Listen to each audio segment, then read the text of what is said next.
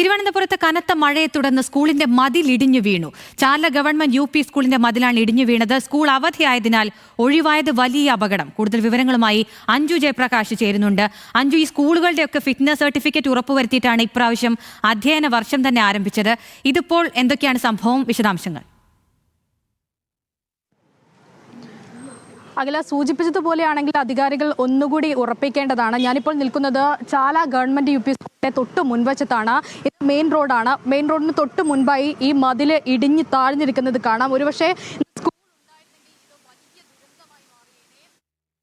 ആശ്വസിക്കാം. പക്ഷേ അധികാരികൾ കണ്ടിട്ടും കണ്ണടച്ചത് അത് എത്രത്തോളം വലുതാണ് അപകടം, അതിന്റെ എത്രത്തോളം വലുതാണ് ഈ അപകടത്തിന്റെ ഇതെന്ന് മനസ്സിലാക്കുന്ന തരത്തിലാണ് ഈ ദൃശ്യങ്ങൾ ഉള്ളത്. എന്തായാലും നമുക്ക് ഈ ഇപ്പോൾ നാട്ടുകാർ ഉൾപ്പെടെ നിൽക്കുന്നുണ്ട്. വലിയ തരത്തിലുള്ള ശബ്ദം കേട്ടിട്ടാണ് എല്ലാവരും ഇത് ശ്രദ്ധിച്ചിട്ടുണ്ട്. അതായത് PTA പ്രസിഡന്റ് ഉൾപ്പെടെ സ്ഥലത്തുണ്ട്.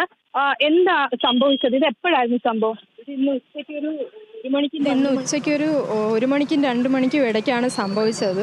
ഫസ്റ്റ് ഇവിടെ നമുക്കിവിടെ സ്കൂളിൽ വർണ്ണക്കൂടാരമായിട്ട് ബന്ധപ്പെട്ട് പണികൾ നടക്കുന്നത് കൊണ്ട് ഇവിടെ ഉണ്ടായിരുന്നു ഉച്ചവരെ. ടീച്ചർ ഇവിടെ നിന്ന് പോയി ഒരു 5 മിനിറ്റ് കഴിഞ്ഞപ്പോഴാണ് പണിക്കാർ കോൾ ചെയ്തിട്ട് പറഞ്ഞു ഇന്ന് മതിൽ വീണു എന്നുള്ളത്. പക്ഷേ ആ സമയത്തും അവർ ഫോട്ടോ എടുത്ത് അയച്ചപ്പോൾ ഇത്രയും പോയിട്ടില്ലായിരുന്നു. ഇതിൻ്റെ ഒരു കാൽഭാഗം പോർഷൻ അത്രേ പോയിട്ടുണ്ടായിരുന്നുള്ളൂ. അപ്പോൾ ഞാനും സ്ഥലത്തില്ലായിരുന്നു. പിന്നീട് നമുക്ക് ഇതുപോലെ ന്യൂസ് ചാനലുകളിൽ ലൈവ് കണ്ടപ്പോഴാണ് ഇത്രയും പോർഷൻ പോയി എന്നുള്ളത് കണ്ടതും അറിഞ്ഞ ഉടനെയാണ് എത്തിയത്. അപ്പം ഇത് വലിയൊരു ദുരന്തം ഒഴിവായെന്ന് മാത്രമേ ഒറ്റ വാക്കിൽ പറയാൻ കഴിയുള്ളൂ. കാരണം ഏറ്റവും കൂടുതൽ തിരക്കുള്ള ചാലയിലെ ഏറ്റവും കൂടുതൽ തിരക്കുള്ള റോഡുകളിൽ ഒരു റോഡാണ് ഒന്ന്. പിന്നെ ഒന്ന് സ്കൂളില്ലായിരുന്നു. ഇതിപ്പോൾ ഈ ഭാഗത്തോട്ട് വീണിരിക്കുന്ന ഭാഗത്തോട്ടാണെന്നുണ്ടെങ്കിൽ ഈ ഉച്ച സമയമെന്ന് പറയുന്നത് കുട്ടികളുടെ ലഞ്ച് ടൈമാണ്. കൊച്ചു കുട്ടികൾ ഉൾപ്പെടെ ടീച്ചേഴ്സ് ആണെങ്കിലും ഒക്കെ ഈ വഴിയാണ് പോകുന്നത്. അപ്പം അങ്ങനെ അപകടം ഒഴിവായില്ല. തിരിച്ച് ഇങ്ങോട്ടാണ് വീണതെങ്കിലും ഇഷ്ടം പോലെ വണ്ടികളും ആൾക്കാരും ഒക്കെ പോകുന്ന റോഡാണ്, മെയിൻ റോഡാണ്.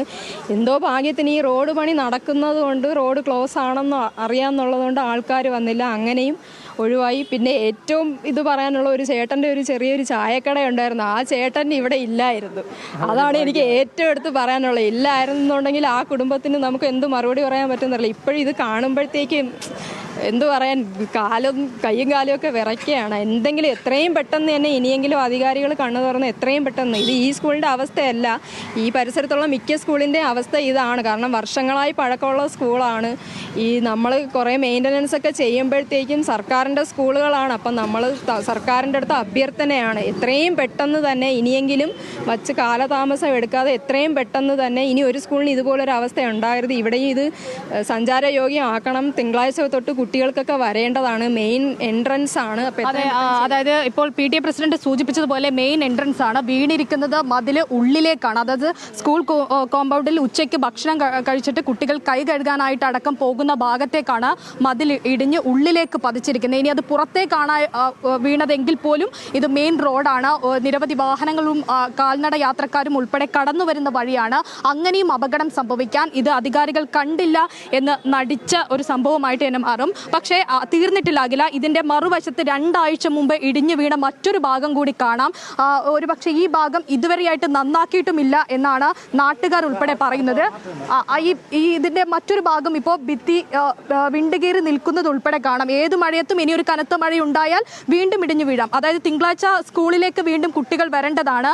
ആ സ്ഥിതിയിലുള്ള സമയത്ത് ഇത്തരം ഇടിഞ്ഞു വീഴുന്ന ഭാഗങ്ങൾ മതിലും കൊണ്ട് ഈ സ്കൂൾ ഇപ്പോഴും ഇങ്ങനെ തുടരുന്ന സാഹചര്യം ഉണ്ട് എന്നതുള്ളത് അധികാരികൾ ഒന്ന് കണ്ണടയ്ക്കാതെ കൃത്യമായി ഒന്ന് പരിശോധിക്കേണ്ട സാഹചര്യം കൂടിയാണുള്ളത്. കനത്ത മഴ വീണ്ടും പെയ്താൽ ഈ ഭാഗത്തെ മതിൽ കൂടി ഇടിഞ്ഞു വീഴാൻ സാധ്യതയുണ്ട്. ഇത് ഇപ്പോൾ നിലവിൽ ഈ ഭാഗത്തെ പണി ഉൾപ്പെടെ നടക്കുന്ന സാഹചര്യമായിരുന്നു. ഈ പണി നടക്കുന്നതിനിടയിലാണ് ഇത് വീണത് എന്നാണ് പറഞ്ഞത്. 2 ആഴ്ച പിന്നിട്ടപ്പോഴാണ് എതിർവശത്തെ മതിൽ ഇടിഞ്ഞു താഴ്ന്ന സാഹചര്യം ഉണ്ടായത്. അത്തരത്തിൽ വലിയ തരത്തിലുള്ള ഒരു ദുരന്ത ദൃശ്യങ്ങൾ കൂടിയാണ്. ഉയരമുള്ള ഒരു മതിലാണ്, ആ മതിലാണ് ഇടിഞ്ഞു വീട്ടുള്ളത്.